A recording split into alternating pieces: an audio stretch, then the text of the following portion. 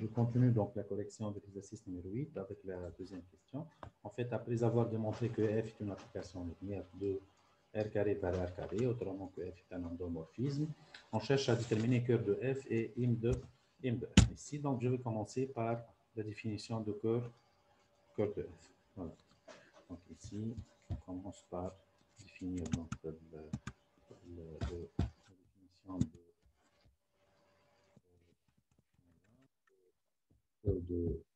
f. Donc ici, la deuxième question. En fait, le cœur de f, étant donné que par exemple, j'ai une application f de e vers f. Donc, le cœur de f, ça représente l'ensemble des vecteurs u appartenant à e, tel que le f de u est égal à un vecteur nul de f. Donc, c'est l'ensemble des éléments de u. Donc, par exemple, je propose ici que j'ai le e, ici j'ai le f, ici le u. Et il faut que si je faisais le f de u, je dois trouver en fait un vecteur nul de f. Donc, l'ensemble de ces vecteurs-là, cet ensemble-là, s'appelle cœur de f. Et on va essayer en fait de trouver le cœur de f. Donc ici, si j'ai traduit en fait euh, cette expression pour notre exemple, donc autrement le cœur de f est égal. C'est l'ensemble de vecteurs u appartenant à r carré, puisque pour notre exemple, on travaillait pour r carré, tel que quoi en fait. Si je cherche à trouver ça, en fait, je peux dire par exemple x, y appartenant à r carré, tel que en fait le f de u est égal à un vecteur nul de r carré, puisque l'ensemble d'arrivée c'est r carré. Et si en fait je transforme cette expression, notamment f de u est égal à un vecteur nul de r carré, ça revient à dire que par exemple que le f de u en fait est égal à quoi ici? Pour notre exemple, donc c'est égal à 4x moins 6y et 2x moins 3y, en fait, est égal à un vecteur nul de f carré est égal à 0, 0, 0. Et si j'essaie d'écrire donc cette expression sous forme d'un système, je vais trouver que 4x moins 6y est égal à 0 et 2x moins 3y est égal à 0. Et on va essayer de terminer les expressions correspondantes de x et de y. Voilà. Donc ici, si par exemple, j'essaie de voir, je vais appeler ici grand 1, ici grand 2, je vais essayer de faire par exemple grand 1 moins 2 fois grand 2, afin que je simplifie le 4x. Hein. Donc qu'est-ce que je vais trouver? Je vais trouver 4x moins 6y moins 4x, ici plus en fait plus 6y, ça est égal à 0. Donc je vais trouver que 0 est égal à 0. Et de fait, je peux pour le moment conclure que le cœur de f est différent du vecteur nu de r carré. Hein. C'est déjà, je garantis que le cœur de f est différent de, il contient des éléments donc l'ensemble n'est pas seulement égal à un vecteur nul, autrement qu'il contient d'autres vecteurs. Et dans cette situation, on va essayer en fait de voir, on peut bien remarquer en fait ici que l'expression de grand 1, c'est presque égale à l'expression de grand 2. Donc, elle sort que, par exemple, je peux remarquer que égal à 2 sur le grand 2. Autrement, presque le grand 1 et le grand 2, normalement, ça donne la même équation. Hein. Ça va bien donner. En fait, si je prenais, par exemple, le grand 1, j'essaie de identifier l'expression de x en fonction de y. Qu'est-ce que je vais trouver? Je vais trouver que 4 fois x est égal à 6y. Et si je simplifie par 2, je vais trouver que 2x est égal à 3y. Et si je cherche à trouver l'expression de x en fonction de y égale x égale à 3 demi de y. Ou bien je peux trouver que y égale à 2 tiers de x. Donc je peux trouver soit cette expression, soit cette expression. En fait, si je prenais u, un vecteur de coordonnées x, y, qui appartient en fait à cœur de f, en fait, il doit vérifier cette propriété. Il faut dire que u de coordonnées x et y est égal, soit je remplace ici l'expression de x en fonction de y, soit y en fonction de x. Donc, qu'est-ce que ça va me donner? C'est égal à 3 demi y et y est égal à y en facteur de 3 demi 1. Et donc, est égal à y facteur d'un vecteur que je vais l'appeler par exemple e1. Donc, je vais appeler ce vecteur-là est égal à u de 1. En fait, qu'est-ce qu'on arrive à trouver ici? En fait, on arrive à trouver que tout vecteur en fait qui appartient, voilà. Donc, ici, on arrive à trouver que les éléments de corps de f ils peuvent s'exprimer en fonction d'un vecteur u de 1. Donc, si je résume en fait le résultat trouvé, en fait, il faut dire que ici, par exemple, pour tout vecteur u appartenant à R carré, tel que u de coordonnées x, y, en fait, si u il appartient à cœur de f. Autrement, je peux exprimer u en fonction est égal à y fois u1.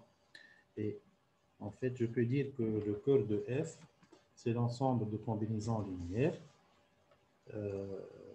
en fonction de u1.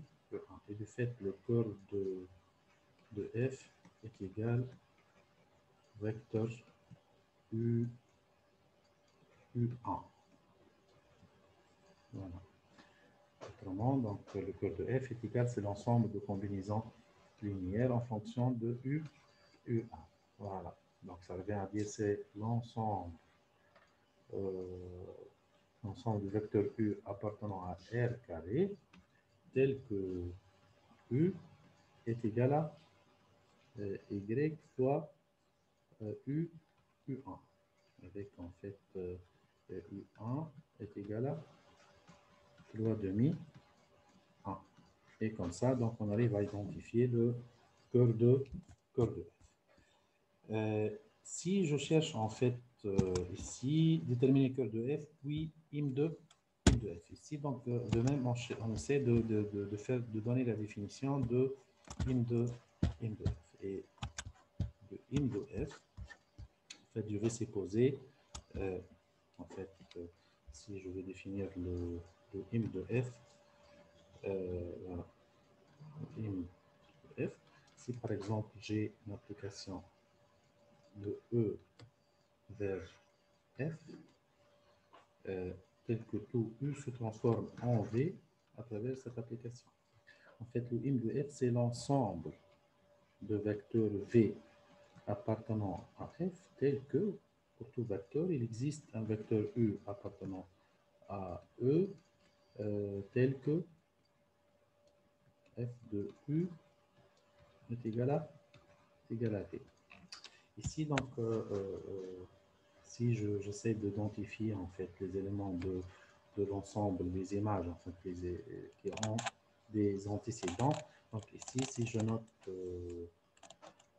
le V Je vais prendre tout d'abord soit U de coordonnées X, Y appartenant à R carré. Je vais prendre aussi soit V de coordonnées X', Y' appartenant aussi à R carré, tel que F de U est égal à V.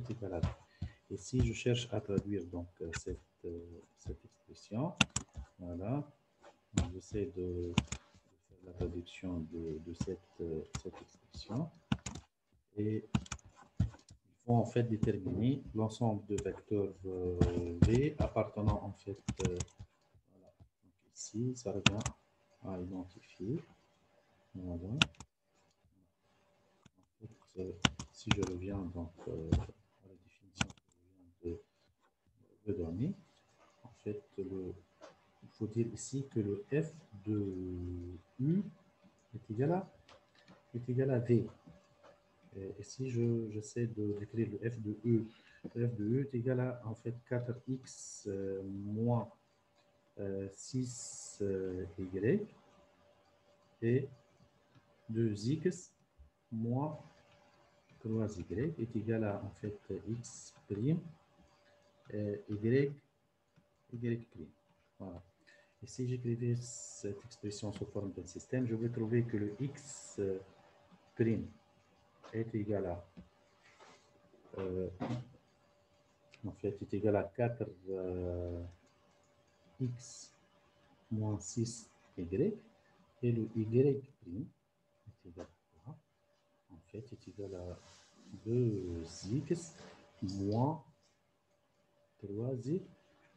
Ici, donc si j'essaie de mettre 2 en facteur, ça va me donner égal à 2 facteurs de x moins 3y moins 3y. Donc, ici donc l'expression de y prime, donc égal à 2 fois y prime. Et si je résume, en fait, qu'est-ce qu'on a trouvé? On a trouvé que x prime est égal à 2 fois y prime. Donc, j'essaie d'utiliser cette relation. Voilà, pour déterminer le im de f. Et si je reviens en fait ici, je vais essayer de créer. Donc si j'avais un vecteur v de coordonnées x', y', il appartient à im de f. En fait, la relation que je dois vérifier, c'est que je dois vérifier que x' est égal à 2y'. En fait, si je prenais en fait le v x', y', il suffit ici de remplacer de x' par 2y', et je garde y'. Voilà. Est égal à 2 fois, en fait, est égal à plutôt, est égal à y' multiplié fois 2, 1. Et je vais noter donc le vecteur de 1 comme un vecteur U2. Voilà. Donc ici est égal à y' fois un vecteur U2. Je vais appeler en fait ce vecteur U2. Ça revient à dire en fait que le im de f, c'est l'ensemble de combinaisons linéaires en fonction de U2. Avec en fait ici, avec U2 est égal à 2 de 1. Et par conséquent, le im de f, qui représente en fait l'ensemble de vecteurs v, x', y' appartenant à R carré, tel que il existe U, X, Y appartenant à R carré, où f de U est égal à V. Voilà. Où f de U est égal à V. Et par conséquence, si je reviens en fait, voilà, en fait, si j'essaie de voir, si je reviens au niveau de, j'essaie de,